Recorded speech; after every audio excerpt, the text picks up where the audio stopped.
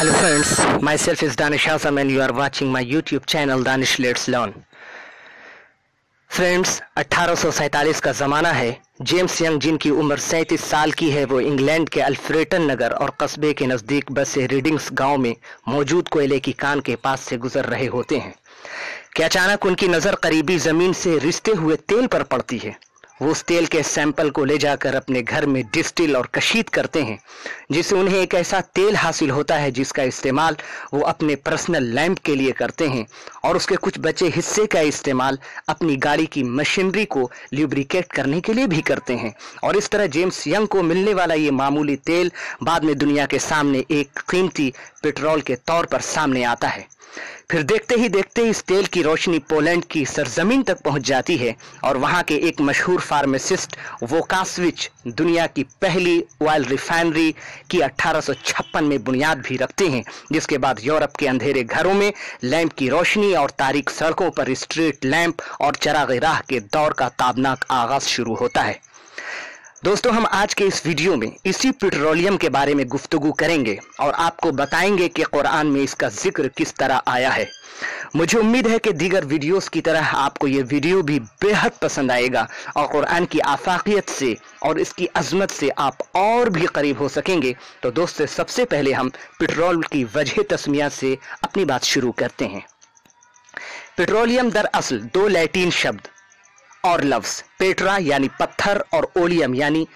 तेल से मिलकर बना है, जिसका मतलब होता है पत्थर तेल। इसे पेट्रोलियम और पत्थर तेल इसलिए कहते हैं क्योंकि पेट्रोलियम दरअसल समुद्री जानवरों और सब्जे के सड़ जाने के बाद कई लाख साल के प्रोसेस के नतीजे में पैदा होता है, जिसे समंदर के अंदर पाई जाने वाली चट्टानें अपने अंदर जज्ब कर लेती हैं और फिर बाद में यही पेट्रोल इन चट्टानों में दरार पैदा करते हैं और इससे रिसने लगते हैं और इस तरह पत्थर तेल यानी पत्थरों से रिसने वाला तेल या पेट्रोलियम पैदा होता है।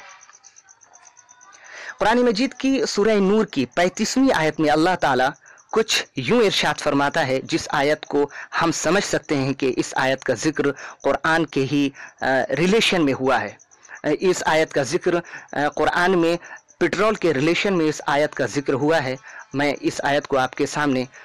तिलावत कर रहा हूँ। आयत कुछ है, अल्लाहु नूरुस समावाति वल अर्द मथलु नूरिही कमिश्कातिन फीहा मिस्बाह अल मिस्बाह फी ज़ुजाजा अज़्ज़ुजाजतु कअन्नहा कौकबुन दुर्रिय्युन यूक़दु मिन शजरतिन मुबारकतिन ज़ैतूनतिन ला शर्क़िय्यतिन वला ग़रबिय्या यकादु ज़ैतुहा युज़ीअु वलौ लम तमससहु नार नूरुन अला नूर यहदिल्लाहु लिनूरिही मन यशा। अल्लाह नूर है आसमानों का और ज़मीनों का, उसके नूर की मिसाल ऐसी है जैसे एक ताक के उसमें चराग है, वो चराग एक फानूस में है, वो फानूस गोया एक सितारा है, मोती सा चमकता हुआ रोशन सितारा, जिसे रोशन किया गया है एक मुबारक सब्जे के तेल से जो न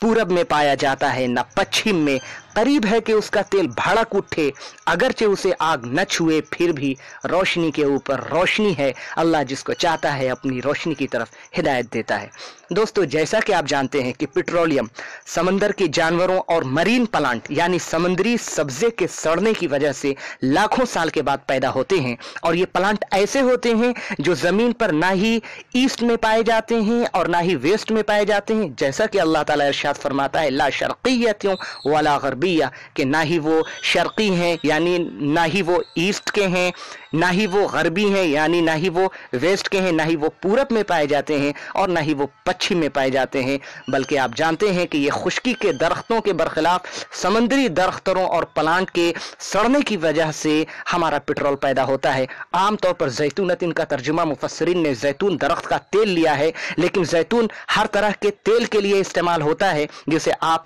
अरबी जुबान की मशहूर लुगत और डिक्शनरी मिसबाहुल लुगात सफ़ा नंबर 353 पर देख सकते हैं। और इसी तरह शजर का लफ्ज दरख्त के लिए इस्तेमाल होता है, लेकिन अरबी जुबान में शजर प्लांट के लिए भी इस्तेमाल करते हैं। इस लिहाज से मैंने इसका तर्जुमा किया है कि वो तेल एक मुबारक सब्जे या ब्लेस्ड प्लांट से कशीदा और डिस्टिल्ड किए जाते हैं, जो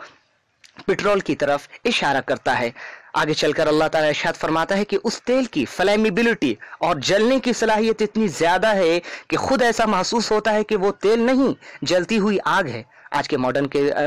دور کے زمانے میں بچہ یہ جانتا ہے کہ دنیا کا پہلا ایندھن جس میں اتنی زیادہ فلیمیبلٹی پائی جاتی ہے وہ پٹرول کے علاوہ دوسرا ایندھن ہو ہی نہیں سکتا۔ دوستو جیسا کہ آپ جانتے ہیں کہ نیچرل ریسورسز دو طرح کے ہوتے ہیں، ایک وہ جو دوبارہ پیدا ہو سکتے ہیں، انہیں ہم رینیویبل ریسورس کہتے ہیں جیسے پانی اور مٹی وغیرہ، اور دوسرے جو دوبارہ نہیں بنائے اور افزائش کیے جا سکتے ہیں انہیں ہم نن رینیویبل ریسورس کہتے ہیں۔ پٹرولیم انہی نن رینیویبل ریسورس میں آتا ہے۔ اس کی طرف اللہ تعالیٰ کچھ یوں ارشاد فرماتا ہے، سبح اسم ربک الاعلی، اپنے رب کے نام کی بڑائی بیان کیا کرو جو بہت عظیم ہے، الذی خلق فسوی، جس نے چیزوں کو پیدا کیا اور انہیں ایک مقدار میں رکھا۔ دوستو اتنا ہی نہیں بلکہ اللہ نے پٹرولیم جیسے نادر وسائل جو انسان کی نگاہوں سے مخفی اور پوشیدہ رہتے ہیں، جس سے انسان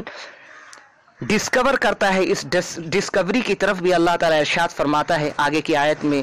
وہ فرماتا ہے والذی قدر فہدی، یعنی وہی اللہ کی ذات ہے جو ان وسائل کو خاص جگہوں میں رکھتا ہے پھر انسان کو اس تک پہنچا دیتا ہے۔ آپ کو معلوم ہونا چاہیے کہ پیٹرولیم کی کھوج میں سیسمک ریفلیکشن کی بہت زیادہ اہمیت ہے۔ یہ ایک پروسیس ہے جس میں زمین کے اندر دھماکہ کیا جاتا ہے اور اس دھماکے کے نتیجے میں پیدا ہونے والی وائبریشن کی ماپ کی جاتی ہے، جس سے یہ پتہ چل جاتا ہے کہ زمین کے اندر پائی جانے والی چٹانوں میں پیٹرولیم موجود ہے یا نہیں۔ تو دوستو آپ نے دیکھا کہ کس طرح انسان اس کی ڈسکوری کرتا ہے، لیکن پہلی بار جب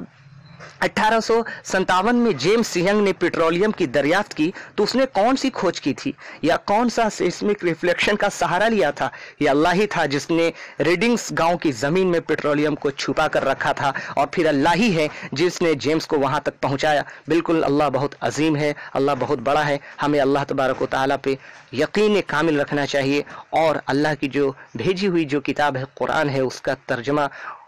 اور اس کا میننگ اور اس کا مفہوم سمجھنا چاہیے۔ اللہ تبارک و تعالی ہمیں کہنے سننے سے زیادہ عمل کرنے کی توفیق عطا فرمائے۔ دوستو آپ کو یہ ویڈیو کیسا لگا آپ ضرور اس سے شیئر کریں اور کمنٹ باکس میں ضرور لکھیں، اور اگر کوئی آپ کے مشورے ہوں یا کوئی ریکمنڈیشن ہو تو آپ ضرور بتائیں۔ آپ کے تمام مشورے اور آپ کی تمام باتیں ہم دل و جان سے قبول کرتے ہیں، اور اس ویڈیو کو زیادہ سے زیادہ دیکھیں، لوگوں تک شیئر کریں، اور ہمارے اس عظیم مشن میں ہمارا ساتھ دیں۔ تھینک یو، خدا حافظ، السلام علیکم ورحمۃ اللہ وبرکاتہ۔